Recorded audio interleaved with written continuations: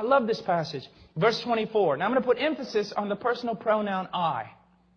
For I will take you from the nations. I will gather you from the lands. And I will bring you into your own land. Verse 25, then I will sprinkle clean water on you, and you will be clean. And I will cleanse you from all your filthiness and from all your idols. Moreover, I will give you a new heart, and I will put a new spirit within you. And I will remove the heart of stone from your flesh, and I will give you a heart of flesh. And I will put my spirit within you, and I will cause you to walk in my statutes, and you will be careful to observe my ordinances. Do you recognize the pattern there? Salvation is all about the work of God, demonstrating the glory of God. And that is why men such as ourselves should guard it so severely. And preach it so carefully. Because it's all about God and His name. That His name be great among the nations. Hallowed be Thy name. Thy kingdom come. Thy will be done. It's all about God. When you no longer have regeneration in preaching, you have nothing. Nothing. He says, for I will gather you from the nations. What? Separation. Separation. I will take you out of there. And I will do it with a strong hand. If there is no work of separation in your life recognizable at any point in time, you're lost.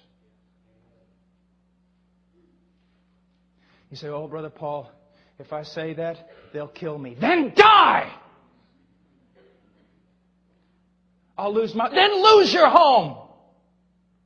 It'll cost me. Then make the payment. Don't tell me about that. How many Calvinists do we have? How many men who have good theology, but they are too cowardly to preach it? Because it'll get me in trouble. What do you expect it to do? All the ones who have gone before us, their blood, they shed. You're preaching to a largely unregenerate church body. What do you expect them to do to you? But how is it going to change? Except we suffer. Well, you know, I was preaching at no small school several years ago, and a genuine revival broke out, so they tell me. I am never allowed to be back in that school again. And someone asked me about it. They said, I don't understand. And I said, this is what you've got to understand. Men are too civilized to want revival. They're too proper to want revival. They want everything pretty and clean, and they'll never get revival. Because when revival comes, it's going to rip everything apart, including us. The worst thing that ever happened to a preacher is he becomes civilized. It's worthless. Worthless. One thing I noticed about Leonard Ravenhill, now I'd take a Leonard Ravenhill over 20 dead Calvinists. One thing I noticed about Leonard Ravenhill, he was dangerous. He was dangerous. We are to be men of love, men with towels, men who weep, men who serve, but we are to be dangerous about truth. Do you really expect to get out of this unscathed? Without any scars? Do you expect? Just read Howell Harris, Daniel Rowlands, Whitfield, the two Wesley boys, even Edwards himself. Look what it costs.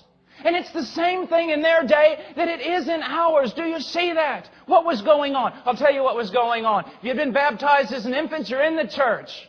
Even though you're unregenerate, you're in the church. You're in the church. You got in. Why? Because you went through some man-made superstitious thing. Southern Baptists are no different. It's just we don't have infant baptism. We have that silly superstitious prayer at the end of a Roman road that sends more people to hell than every brothel in this country. It's true. It's true. It's true.